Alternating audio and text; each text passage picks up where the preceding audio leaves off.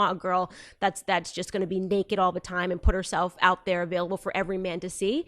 You know, that I don't have to be a man to know that that's not what men want.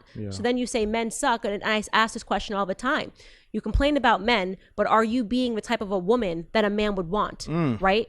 It's a self-perpetuating problem. And then you say that and they, oh my God, Candace is a horrible human being. And I'm looking at you going, I'm not a dude. I wouldn't date you. You know what I mean? Yeah. Hey everybody, we are back. Rayce, Bannon here, author of the book, Stop the Pussification of America. Today's video is a breakdown of a recent Candace Owens interview. Now, obviously, her perspective is the female perspective. Nonetheless, her points are spot on and you need to hear them. Before I get into the video, let me do the YouTube thing. Remember to subscribe to the channel. And guys, because of your subscriptions, this channel is growing. The message is getting out. Leave me a big fat thumbs up. That's always greatly appreciated. Share the video and leave me a comment or two down below. Having stated that, let's get into it. And these women will realize that when you follow these people that are, you know, self-imposed feminists, I'm a feminist, I do this, I'm a feminist, you hear that word over and over and over again, you'll find that the majority of them are miserable. Look at their lives and ask yourself a question. Do you think they are happy? Do you feel good when you do what they do, right? When you're constantly looking for a dopamine hit from social media because you took your clothes off and you want somebody in your comments, you know, a thirst trap with your ass out, right? And you want someone in your comments going, oh, you slay bae, you slayed the day bae. Hashtag Tuesdays, am I right? Yeah. And She is spot on here. I wrote about this in my book. There is scientific research after research after research that shows the instant hits on a phone has a dopamine effect, especially with females, like an adrenaline junkie, constantly looking at their phone. You'll see people in crosswalks almost getting hit by automobiles, taken out, because they can't stop looking at their phone. It is having a monstrously detrimental effect on society as a whole. And women are becoming more and more narcissistic and attention seekers. I won't say the word I was going to use for the YouTube algorithm, but you know what I'm talking about. you do the stuff for attention and you're devaluing yourself, and at the end of the day you don't actually feel good, and it's not going to bring you happiness, right? So yeah, you can get guys sliding in your DM, you can get guys telling you look good, you can get guys that want to sleep with you. How many of these people actually get guys that want to stay with you, right? Are not in somebody else's DM. The same way that you found him is the same way he's going to find somebody else, because we are increasingly becoming a part of a society that's ADHD. You want to know why our grandparents stayed together? Because they weren't looking at ass cheeks all day on Instagram and refreshing it and going, oh, well, that girl looks younger, that girl looks better, that girl's face tuned, you know, and I think that is what these young women that they're following are telling them. You've got 13-year-olds getting lip injections, right? Because they want to look like Kylie Jenner. Again, not a shot to Kylie Jenner, but what society have we created that ever made Kylie Jenner feel like she had to go out and buy those lips, that she had to contour her entire face and change her entire body? She was already a beautiful little girl. So the society is ill. It's not normal, right? Don't let these people convince you that that's normal. That's cancer, and that cancer will become contagious to you if you accept that. You don't follow better role models. Once again, she's spot on. You will have to cut out cancerous people, cancerous ideologies out of your life if you wish to be successful or be the best version of yourself. Little side story here. There was a man named Jim Rohn, motivational speaker, multimillionaire. Over his lifetime, he spoke in front of millions and millions and millions of people worldwide. And when he started his success, his mentor at that time, a guy by the name of Earl Schoaf, told him, Jim, stand guard at the door of your mind. Take that in for a moment. Stand guard at the door of your mind. If you continue to let toxic, cancerous ideologies, cancerous people, their mindsets into your mind,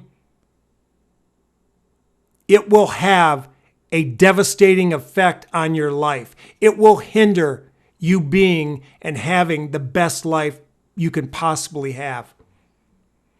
And some of these cancerous people may be family members, maybe some of the once perceived best friends you had in your life. When I started my journey to success, yes, I had to cut out and walk away from cancerous people. Think about it. Stand guard at the door of your mind. In school, when you learn it, is you're just fighting against the patriarchy, and you're supposed to see the patriarchy everywhere. It's the same way that critical race theory and race is being taught. The idea is they're not actually teaching you anything but how to hate white people when you're learning about race in school. And when you are learning about feminism, they're not actually teaching you anything other than how to hate men and to see the patriarchy and men putting you down everywhere, right? So when you have that form of psychological conditioning taking place in the school system, you're producing women that see the patriarchy everywhere. It becomes like a paranoia, right? Oh my God, I've been asked me to make a sandwich. I'm not gonna make a sandwich, and then that's it, I'm trapped. And they're actually not realizing that there actually was an incentive behind you even being taught that. You've never actually lived the life of making a husband a sandwich, and they think that's going to send you back, and suddenly you're going to lose your voting rights, and you're not going to be able to go get work. You know, there was a time when there was a need for feminism, first wave feminism, right? But first wave feminists would want nothing to do with third wave feminists, which is where we're at today, right? Women that think that actually first wave feminists, you could argue, envied men. Right? They wanted to be able to go to work. They wanted to have that option to be something outside of the home. Right? Now we have that option, and we're being told the exact opposite, which is that if everything in the home is bad, and that's what you call throwing out the baby with the bathwater. There are some really amazing things. I think the best things that come from being at home. Sometimes I think we got the bad end of the deal. Right? I'm like, wait, we got to stay at home and do nothing and spend our husband's money, and somebody complained? Yeah. That's a joke, guys. I think it's a self-perpetuating problem, meaning that there are crappy men in the world, right? But men are crappy because we've created a system where manhood has become obsolete. You keep increasingly telling men more and more they can't matter. When I say, who are they being told that by? You know, like I said, there's more sinister implications here of why. Again, I agree with her 100%. Now, she uses the word sinister, and that may ruffle a few people's feathers. So let's substitute and say agenda, or maybe even hidden agenda. If you don't think there's an agenda to demonize men in all levels of academia and in media, then you're blind. There is an agenda going on, and I don't know why. But I know it's going on. And even Stevie Wonder could see it. Guys, you have to remember, without any arrogance, but just remember the facts. Men made Western society civil. Men built the roads, the sewer systems, the internet, the cars, the buses, the planes, and made Western society what it is today and all the comfort creatures we have. Men did that. Stand guard at the door of your mind. We're making manhood obsolete. When we're saying masculinity is wrong, this is backwards. You don't need a man. You can just have a baby without a man. You're starting to see that sort of programming happening with young women. When you're telling women to act like men, you should aspire to the things that men naturally might aspire to. When you remove the more natural feeling of men being providers and women being nurturers, which is a beautiful yin and yang that just works, right? So you're creating men to feel obsolete, and then women are complaining because men aren't being men.